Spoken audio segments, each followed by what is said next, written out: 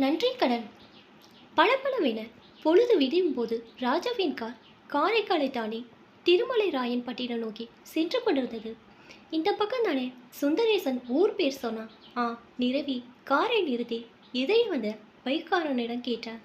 நிரவின்னு இங்கே ஒரு ஊர், அதோ ரைட்ல ரோடு போகுது பாருங்க, அந்த வழியை போனா நிரவிதான் என்று சொல்லி பைக்கார் வேகம் எடுக்க காரை வலப்பக்கமாக திருப்பினான் ராஜா. வளைந்து நெளிந்து சென்று சாலை வழியை காரை செலுத்தினான். பாதை முடிய இடத்தில் சற்றென ஊர் தென்பட்டது. பறந்து கிளை நிரப்பிய ஆலமரத்தை சுற்றி கடைகள், தீநீர் கடை, முடி திருத்தகம், பெட்டி கடை என மிக சிலரை நடமாடிக்கொண்டிருந்தன. ஊர் இன்னும் முழுமையாக விழிக்கவில்லை. தேநீர் கடையில் தேநீர் வாங்கி வாசலில் இருந்த பலகையில் உட்கார்ந்தான். சூடாக தொண்டையில் இறக்கிய தேநீர் இதமாக கொஞ்சம் தெம்பாக இருந்தது. வேறு எதுனா வேணுமா சார்? சூடா இட்லி இருக்கு, வரட்டா இருக்கு. ரொம்ப தொலைவில் இருந்த வர மாதிரி கலப்பா இருக்கீங்க. டீ ஆத்தியப்படி கடைக்காரர் கேட்டா. வேண்டாம், டீ போதும் என்று காசை கொடுத்து விட்டு கேட்டான். இங்கே பஞ்சாபி கேசர் ஐயர்ன்று. கடைக்காரர் டீ ஆத்துவதை நிறுத்தி அவனை ஏறிட்டு பார்த்தார்.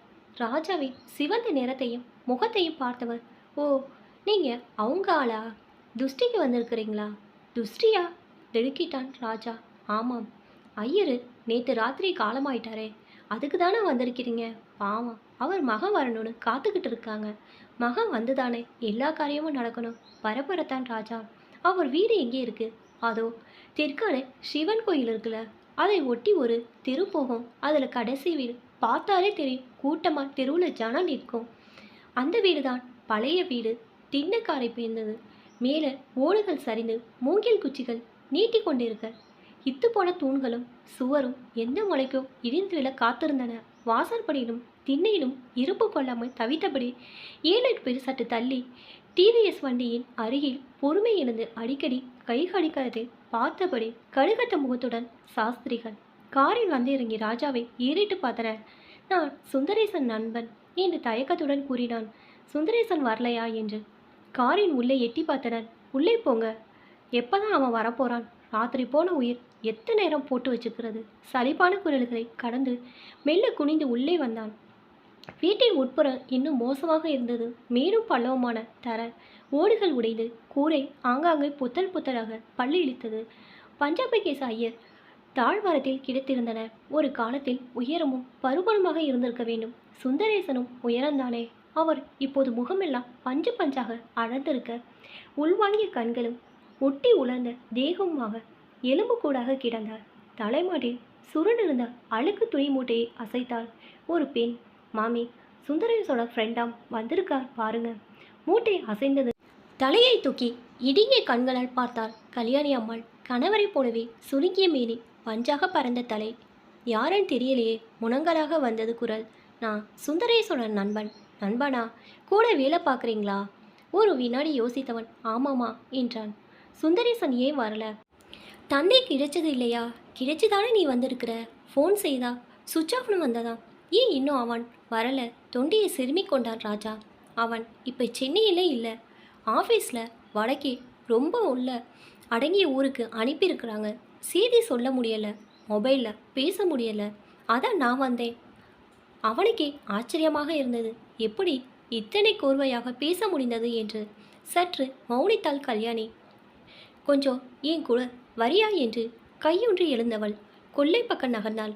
அவளை பின்தொடர்ந்தான் ராஜா. கொல்லைப்புறம் செடிகள் நீரின்றி காய்ந்து கிடந்தன. கால் வைக்க முடியாமல் இலை சருகுகள். கிணற்று சுவரில் சாய்ந்து கொண்டாள் கல்யாணி அம்மாள். சுந்தரேசனோட ஃப்ரெண்டுன்னு சொல்கிற. சுந்தரேசன் எங்களை பற்றியே சொல்லியிருப்பான். இங்கே நிலைமை ரொம்ப மோசமாயிட்டுப்பா. வீட்டு பேரில் கடன் வாங்கி அடைக்க முடியாமல் மூழ்கி விட்டது. அடுத்த மாதம் காலி செய்ய சொல்லிட்டாங்க. சுந்தரேசனுக்கும் அங்கே சொற்பம் சம்பளம் தானா. அதிலேயும் வாயை கட்டி வயிற்ற கட்டி எங்களுக்கும் ஏதோ அனுப்புவான். போதும் போராமையுமா தான் இருக்கும். அவனும் தான் பாவம், என்ன செய்வான்? ஏற்கனவே அரை வயிறு தான் சாப்பிடுவோம். மாமாவுக்கும் உடம்பு முடியாமல் போயிட்டு இப்போ 2 மாதமாக பணம் அனுப்புறதில்ல. வேலை பார்க்குற இடத்துல என்ன பிரச்சனையோ. மாமாவோட சாவுக்கு நோய் மட்டும் காரணம் இல்லைப்பா. பசி பட்னி. நாங்கள் சாப்பிட்டே 2 நாளாக ஆறுது. அளவும் தெம்பு இல்லாமல் விசிமினால் கல்யாணி அம்மாள். நெஞ்சே வெடித்துவிடும் போல இருந்தது ராஜாவுக்கு.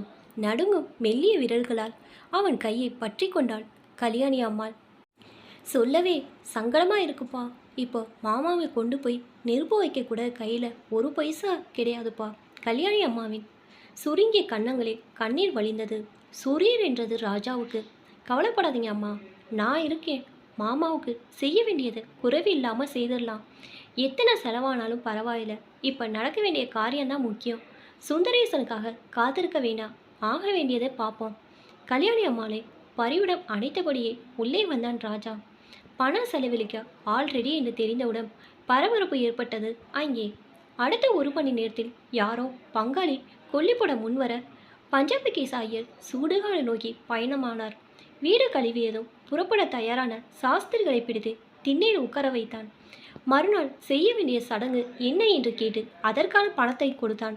அடுத்த நாள் சுடுகாட்டில் பால் ஊற்றி அஸ்தி சேகரித்தனர்.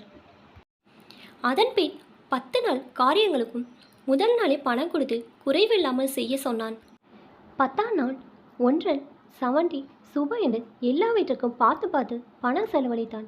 பக்கத்து டவுனில் காரைக்காலில் ராஜு தங்கியிருந்து தினமும் இரவு வந்து மறுநாள் சடங்குக்கு பணம் கொடுத்துவிட்டு உடனே திரும்பி விடுவான். எல்லாம் முடிந்து தங்கியிருந்த ஓரிரு உறவினர்களும் கிளம்பிவிட கல்யாண அம்மா தனியாக முற்றத்து குரற்றில் உட்கார்ந்திருந்தாள். என்னம்மா, எல்லாம் குறைவில்லாமல் நடந்து முடிஞ்சிட்டு இல்லையே என்று கேட்டபடி கல்யாணி அம்மாவின் பக்கத்தில் வந்து உட்கார்ந்தான் ராஜா. கல்யாணி அம்மா கண் கலங்கினாள். ஆதருடன் அவன் தோளை பற்றி கொண்டாள். நீ யாரோ எவரோ, சந்தோஷம் வேற வரலையே, கையிலையும் காசு இல்லையே, தவிச்சிட்டு இருந்தப்ப கடவுள் மாதிரி வந்த, எல்லாத்தையும் இழுத்து போட்டு செஞ்ச, ஒரு வாள் தண்ணி கூட இங்கே குடிக்கல. சுந்தரேசன் வந்திருந்தா கூட இப்படி செஞ்சிருப்பானான்னு தெரியல. நல்லா இருப்படா குழந்தை, பகவான் உனக்கு ஒரு குறையும் வைக்க மாட்டார். சற்று நெகிழ்ந்தான் ராஜா. நானும் உங்கள் பிள்ளைதாம்மா.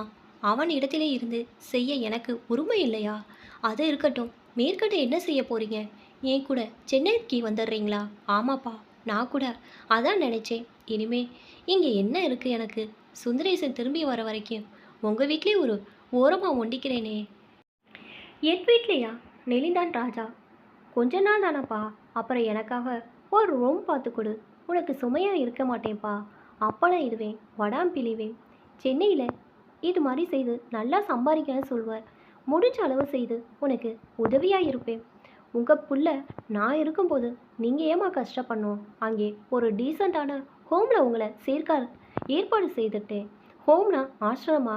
நீங்கள் நினைக்கிற மாதிரி அனாதை ஆசிரமம் இல்லைம்மா. வசதியானவங்க கூட வீட்டில் பார்த்துக்க முடியாமையே பெரியவங்களை அங்கே தான் சேர்ப்பாங்க. மாதம் மாதம் பணம் கட்டிடுவேன். உங்களுக்காக தனி ரூம், ஃபோன், அட்டாச்சு பாத்ரூம், டிவின்னு எல்லா வசதியும் இருக்கும். சுட சுட சாப்பாடு வேலை வேலைக்கு உங்கள் ரூம் தேடி வரும். அங்கேயே கோவில், பிரார்த்தனை ஹால், பஜனை அப்படின்னு பொழுதும் நல்லா போகும். வாரம் வாரம் மெடிக்கல் செக்கப்பும் உண்டு. அப்புறம் மாமாவோட அஸ்தியை காசியில் கங்கையில் கரைக்கவும் ஏற்பாடு செய்துட்டேன். ஹோம்லேயே உங்களை பத்திரமா காசிக்கு அழைச்சிட்டு போய் வருவாங்க. இதுக்கெல்லாம் ரொம்ப செலவாகுமே. உங்களுக்கு அந்த கவலையே வேண்டாம், அது ஏன் பொறுப்பு. ரொம்ப நல்ல மனசுப்பா உனக்கு. இதுக்கெல்லாம் பதிலுக்கு என்னால் என்ன செய்ய முடியும்? சுந்தரேசன் வந்ததும் உன்னை பற்றி சொல்லணும். எப்போ வருவான்? 2-3 மாதம் ஆயிடுமா? அது சொல்ல முடியாது, மேலேயும் ஆகலாம். சட்டென்று எழுந்து வெளியே வந்தார் ராஜா. அந்த இல்லம் கல்யாணி அம்மாவுக்கு ரொம்ப பிடித்து போய்விட்டது.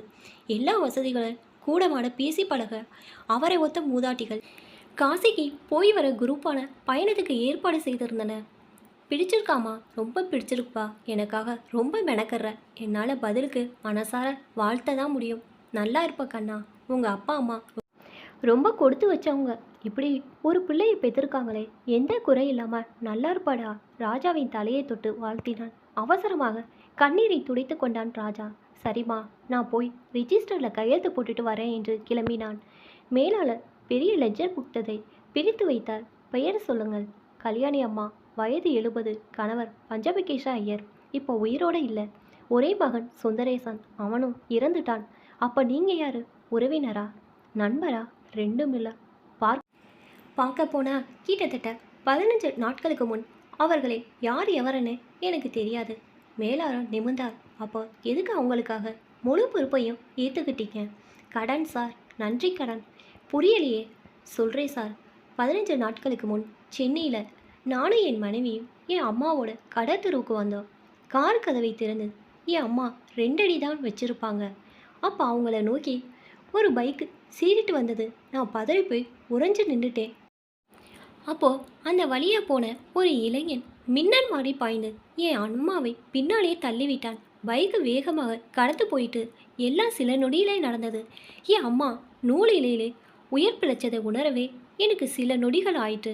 நானும் என் மனைவியும் கீழே விழுந்த என் அம்மாவை எழுப்பி உட்கார வச்சு அவங்களுக்கு ஒன்றுமில்லைன்னு தெரிஞ்சது தான் அந்த இளைஞனை பற்றின நினைவே வந்தது. அவனை போய் பார்டான்னு என் அம்மா பதறினாங்க. என் அம்மாவை தள்ளிவிட்டு காப்பாற்றின அந்த இளைஞன் தடுமாறி ரோட்லே விழுந்து மயங்கி கிடந்தான். ரோட்டில் இருந்த கூரான கல் பின் மண்டையில் குத்தினதுனால ரத்தம் ஏழரமாக வெளியேறி இருந்தது. அப்படியே அவனை தூக்கி காரில் போட்டு நர்சிங் ஹோமில் சேர்த்தோம். மனைவியை வீட்டுக்கு அனுப்பிவிட்டு அம்மாவோட அவன் நினைவு திரும்புறதுக்காக காத்திருந்தோம். 2 மணி நேரம் கழித்து கண் விழிச்சான். மெதுவாக திக்கி திக்கி அவனை பற்றி சொன்னான். அவன் பேர் சுந்தரேசன். அப்பா பஞ்சாபி கேசா ஐயர், அம்மா கல்யாணி அம்மா. 2 பேரும் காரைக்கால் பக்கத்திலே நிறைவில் இருக்கிறாங்க. ரொம்ப கஷ்டப்படுற குடும்பம். சுந்தரேசனுக்கும் இங்கே சுமாரான வேலை தான். அதுவும் இப்போ வேலை போயிட்டு வேறு வேலையை தேடிக்கிட்டு இருக்கான். நான் அவனுக்கு ஆறுதல் சொன்னேன். நல்லபடியாக பொழைச்சி எழுந்துரு, அப்புறம் நானே உனக்கு நல்ல வேலை வாங்கி தரேன்னு. எங்கள் அம்மாவை காப்பாற்றிருக்கிற அந்த நன்றிக்காக உனக்கு எந்த உதவி வேணாலும் செய்ய காத்திருக்கிறேன் அப்படின்னு சொன்னேன்.